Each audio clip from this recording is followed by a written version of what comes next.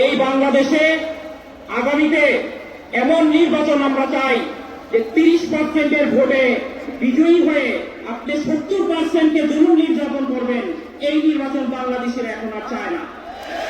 আমরা পরিষ্কার বলতে চাই, সংখ্যানুপাতিক হারে যে নির্বাচন হবে সেই হারে আসন বরাদ্দ হবে।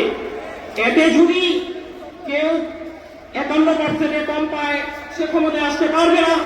কারো যদি একসাথে মিলিত হয়ে 51% ক্ষমতা হয় তাহলে তার সমস্যা কি? সংখ্যাগরিষ্ঠের মতেই তো সরকার তৈরি হলো। সাথে সাথে আমরা এই কথা বলতে চাই, যারা জনগণের এই কাঙ্ক্ষিত পিয়ার পদ্ধতি পছন্দ করতেছেন না তারা কিন্তু এখন আর 30%-এ নাই। আমরা জানি তারা এখন 10%-এরও কমে চলে গেছে। আগামীতে আমরা আজকে এই জনতার কাছ থেকে এই আহ্বানই সারা বিশ্বের কাছে, সারা বাংলাদেশের প্রত্যেকটি ঘরে ঘরে পৌঁছে দিতে চাই।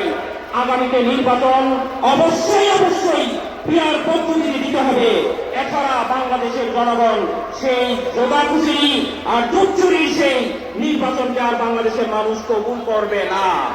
সবাইকে আন্তরিক মোবারকবাদ জানাচ্ছি।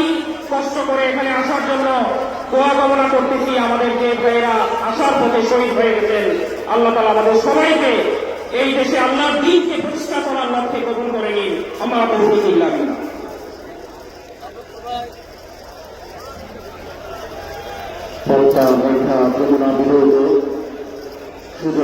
আমার এই বাংলাদেশের 54 নদী গলা থেকে হত্যা করছে ভারত। সেই ভারত আমাদের দেশের রাজনীতি নিয়ন্ত্রণ করবে, নদী শাসন করবে, সবকিছু নিয়ন্ত্রণ করবে, তার বরদাস্ত করা যায় না। ইসলামী আন্দোলন বাংলাদেশের আজকের এই মহাসমাবেশে এক পর্যায়ে বক্তব্য রাখছেন হিন্দু মহাজনের সংগ্রামী মহাসচিব জনাব অ্যাডভোকেট গোবিন্দ চন্দ্র প্রামাণিক।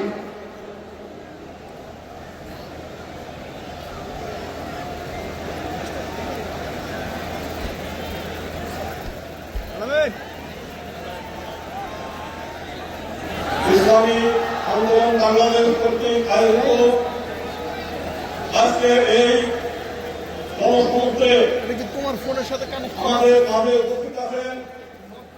গণতন্ত্র প্রতিষ্ঠিত হয় নাই, গণতন্ত্রের নামে স্বৈরতন্ত্র একের পর এক আমাদের গলা টিপে ধরেছে। কারণটা হলো এই দেশে এমন একটি গণতন্ত্র আছে যেখানে আপনি 51% ভোট পেলে আপনি ক্ষমতায় যাবেন, আর 49% লোক যারা ভোট পাবে তাদের মতামতের কথা বলে। শুধু তাই না, এমন একটা পজিশন যেখানে মাত্র 30% বহুদলীয় ইলেকশন করে 30% লোক ভোট পেয়ে তারা ক্ষমতায় থাকে, 70% মানুষের উপর নির্যাতন চালায়।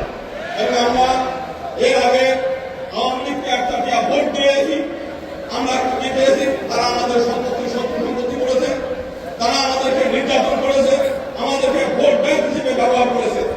আমরা এইবার সিদ্ধান্ত নিয়েছি, পীর সাহেব নরমানায়দের সিদ্ধান্ত নিয়েছে যে পিআর সিস্টেমে যদি ভোট হয় কিন্তু সম্প্রদায় ভোট কেন্দ্রে যাবে না। আমরা একই সঙ্গে পৃথক নির্বাচন পদ্ধতি চাই, যে মাইনরিটিদের প্রতিনিধিত্ব মাইনরিটিরা সিদ্ধান্ত নেবে এবং তাদের প্রতিনিধিত্ব তারা নিজেরা নির্বাচন করবে।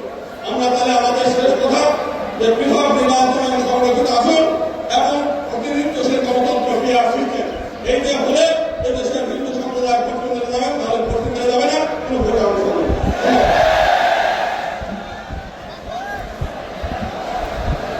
সংগ্রামী সাথী বন্ধুগণ, মহাসমাবেশের পর্যায়ে বক্তব্য রাখবেন জনাব দয়াল কুমার বড়ুয়া, সভাপতি বোধিজ্ঞান ভাবনা কেন্দ্র বৌদ্ধবিহার। জনাব দয়াল কুমার বড়ুয়া, সভাপতি বোধিজ্ঞান ভাবনা কেন্দ্র বৌদ্ধবিহার।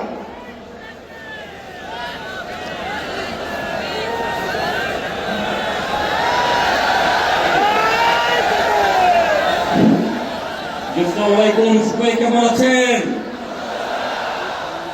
মর্নিং সন্ধ্যা ডে, সকালের সূর্য থেকে বোঝা যায় এই দিনটা কেমন যাবে। নিশ্চয়ই আমরা আজকের এই মহাসমাবেশ থেকে নিশ্চয়ই একটা মেসেজ রিসিভ করতে পারি। মানুষ কি চায়? মানুষ পরিবর্তন চায়। এই পরিবর্তনের রাজনীতি যিনি সর্বে ধারণ করেন, লালন পালন করেন, যিনি রাত দিন পরিশ্রম করে যাচ্ছেন। আমাদের একটা ভাই একটু আগে বলে গেছেন আজকে মহাসমাবেশ কেন, তিনটা জিনিসকে সামনে নিয়ে, সংস্কার, বিচার, ক্রিয়ার। আসলে আমরা এই সমস্ত ওয়ার্ডের বিশ্লেষণ প্রয়োজন, আল্লাহ শুধু আমরা কিছুই জানবো না। আমি সংস্কার নিয়ে কথা বলতে চাচ্ছি না, কিন্তু সংস্কারের যারা ধারক বাহক, আমি তাদের কাছে আমার এটাই রিকোয়েস্ট।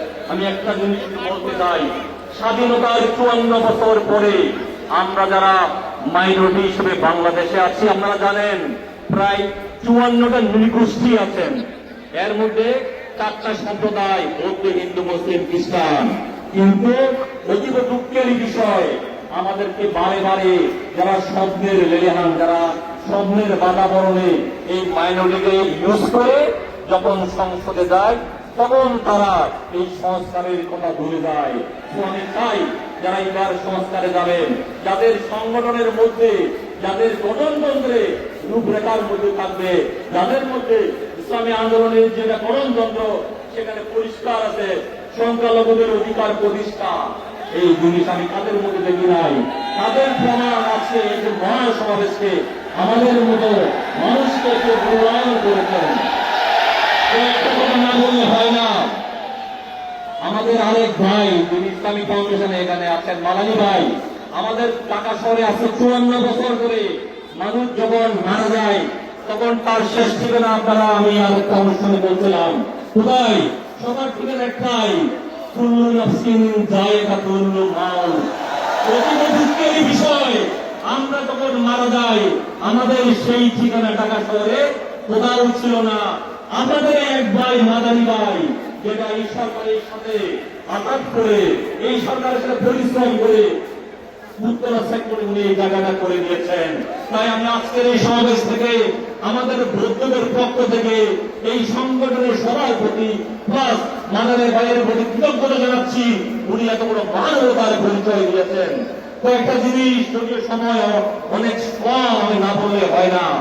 আপনারা দেখবেন স্বাধীনতার 54 বছর পরে আজকে আমাদের যারা বৌদ্ধ মাইনরিটি, এদের সুখ দুঃখ হাসি কান্না বলার মতো কোনো সুযোগ নাই। কারণ যেভাবে ইলেকশনগুলি হয়, আমরা দেখবেন একাদশ জাতীয় সংসদ যখন ইলেকশন হয়, আপনারা এই আন্দোলন যে ভোট পেয়েছিল অথচ সেই ভোটে 4র্থ নম্বরে হয়। দুঃখের বিষয়, ভোট পেলে কি হবে? এই যে সুবঙ্গের ফাঁকি, এই জন্য আমাদের প্রয়োজন প্রফেশনের এই যে ক্রিয়ার, এটা খুব প্রয়োজন। কেন? আমি যদি আমার ভোট দেওয়ার পরে আমার রাইট এস্টাবলিশ করতে না পারি, তাহলে আমার ভোট দেওয়ার কোনো প্রয়োজন নাই। সুতরাং আমরা চাই আমাদের এই গোষ্ঠী পর্যন্ত আমরা শুধু আমাদেরকে ইউজ করা হয়েছে, কিন্তু আজকে আমাদেরকে যিনি এই স্টেজে নিয়ে আসছেন তার প্রতি কৃতজ্ঞতা জানাচ্ছি, তার প্রতি আমরা কমিটমেন্ট ব্যক্ত করে যেতে চাই। পিয়ারের বিকল্প নাই, পিয়ারের বিকল্প নাই। আমরা চাই সামনে এই চরমরাইয়ের হাত ধরে আমরা বিশ্বাস করি ওনারা নেতৃত্ব দেওয়ার মতো ওনারা ডিজার্ভ করে। তো আসুন সবাই মিলে এই চরমরাইয়ের হাতকে আমরা শক্তিশালী করি। আবারও সবাইকে সালাম জানিয়ে আমি আবার সংক্ষিপ্ত বক্তব্যগুলো এখানেই শেষ করলাম। আসসালামু আলাইকুম, সবাই ভালো থাকেন।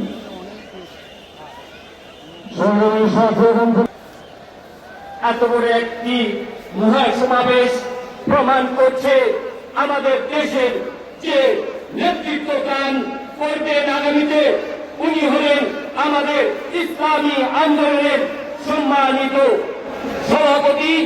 এবং আজকে স্টেজে উপস্থিত আছেন বিভিন্ন রাজনৈতিক দলের জাতীয় নেতৃবৃন্দ এবং আজকে বাংলাদেশ থেকে বিভিন্ন থেকে দূর দূরান্ত থেকে আগত আজকে আমাদের ইসলামী আন্দোলনের প্রান্তীয় প্রাচীবন সাংবাদিক নেতৃবৃন্দ, আজকে আমি যেটি বলতে চাই যে স্বাধীনের 54 বছর পর আজকে আমরা যে জনগণের উল্লাস দেখছি, এই উল্লাসে বলতে চাই এদেশে সংস্কার ছাড়া কোনো নির্বাচন প্রতিষ্ঠিত হবে না, নির্বাচন অনুষ্ঠিত হবে না।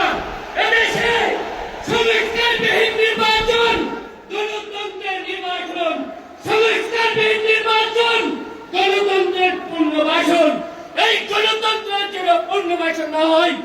জন্য আমাদের ইসলামী আন্দোলনের হাতকে শক্তিশালী করে আগামী নেতৃত্বে হাত পাকে মার্কায় ভোট দিয়ে এদেশকে দেশ রাষ্ট্র পরিচালনা করার জন্য তাদেরকে সহযোগিতা করবেন এবং এদেশের মানুষের খেদমতের জন্য ইসলামী আন্দোলনকে শক্তিশালী করবেন।